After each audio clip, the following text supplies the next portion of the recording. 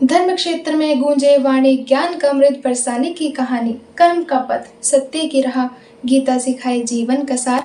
नमस्कार, मैं हिमानी काम्बोज IIHS में BA द्वितीय वर्ष की छात्रा हूँ और आज मैं श्रीमद् भागवत गीता के दिव्य ज्ञान पर प्रकाश डालते हुए गीता के ज्ञान, संदेश और उनके महत्व को आज आप सभी के समक्ष प्रस्तुत करने जा रही हूँ। गीता हमारे कर्मों का लेखा जोखा, हमारे कर्मों द्वारा किए गए और होने वाले फल का प्रदाता, जीवन के हर कड़ी की समझ और परिपक्वता को ठीक तरह से बताने का नाम ही गीता है। गीता किसी आम व्यक्ति द्वारा नहीं बल्कि स्वयं श्री कृष्ण जी के मुख से उच्चरित है। यह हमारी भारतीय संस्कृति और हिंदू धर्म का एक अनमोल रत्न है।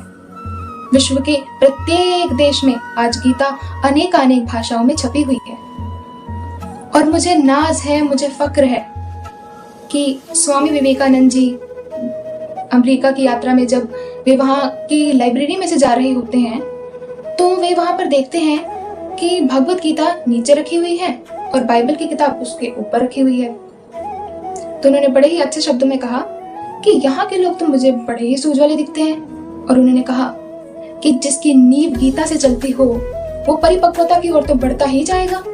उनकी यह शब्द सुनकर वहां के लोगों ने गीता को सबसे ऊंचे स्थान पर रख दिया और यह देखकर स्वामी जी बोले कि मैं जिस गीता को विश्व के सबसे ऊंचे स्थान पर देखना चाहता था, मैं धन्यवाद करता हूँ इन महापुरुषों का जिन्होंने इसको यह स्थान प्रदान किया। अर्थात दोनों ही मापदंडों में हमने यह देखा कि गीता जमीन से भी जुड़ी है और आसमानी सत्ता को मिलाना चाहती है और यही जीवन का खेल है। गीता हमारे जीवन का आधार है। गीता में अनेक प्रमुख योग हैं, उनका वर्णन है, जैसे कर्म योग, भक्ति योग, ज्ञान योग। भक्ति योग का मतलब ही समर्पण है और ज्ञान योग का मतलब है आत्मज्ञान की प्राप्ति। कर्म योग से यह तात्पर्य है कि हमें बिना किसी स्वार्थ के, अपेक्षा के अपने कर्तव्य का पालन करना चाहिए। अर्जुन जब अपने कर्तव्य पालन को करने में असमर्थ हुए और वो कर्म विहीन हो गए, तब भगवान श्री कृष्ण जी ने उन्हें बड़े ही प्रेम से समझाया कि अर्जुन, तुम कर्म विहीन नहीं हो सकते, तुम अपना कर्म नहीं छोड़ सकते। क्या तुम चलना छोड़ दोगे या सुनना छोड़ दोगे या खाना छोड़ दोगे? अरे तुम्हें खाना तो तब भी पड़ेगा। और तुम किन लोगों के लिए विलाप कर रहे हो? तुम उन लोगों के लिए विलाप कर रहे हो जिन्होंने भरी सभा में द्रौपदी का अपमान किया था, उसको लज्जित किया था।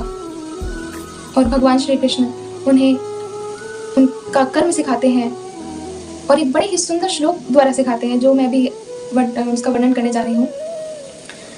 कर्मण्येवाधिकारस्ते मा फलेषु कदाचन मा कर्म फल हेतुर्भूः मा ते संगोऽस्त्व कर्मणि।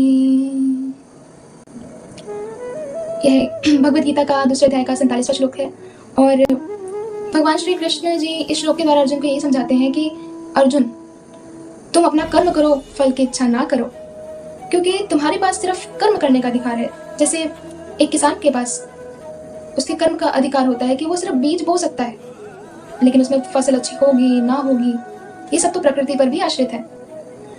तो इसी प्रकार भगवान श्री कृष्ण जी अर्जुन का मार्गदर्शन करते हैं। और जहाँ तक बात है विद्या की, जो भी मैंने विद्या आज तक प्राप्त की है और जो भी मैं प्राप्त कर रही हूँ, उसमें मैं अपनी सबसे बड़ी प्रेरणा हनुमान जी को मानती हूँ। जैसे कि हम सभी जानते हैं कि गीता के सभी योगों में हनुमान जी परिपूर्ण है। महाभारत के युद्ध में अर्जुन के रथ पर ध्वज के रूप में उनकी उपस्थिति यही दर्शाती है कि हनुमान जी अर्जुन का मनोबल और शक्ति बढ़ा रहे थे। उनके मेहनत, उनके लगन और निष्ठा से हम सभी विद्यार्थी यही सीखते हैं कि अपने शिक्षा को प्राप्त करने के लिए धैर्य, मेहनत और कठिन परिश्रम बहुत आवश्यक है। तो अंत में मैं यही कहना चाहूँगी कि गीता हमारे प्राणों का संचार है, गीता हमारे जीवन की औजमी शक्ति है और गीता हमारे कर्मों का सबसे बड़ा स्रोत है। तो इसीलिए अपने कर्मों को देखें, समझें और फिर आगे बढ़ें। धन्यवाद।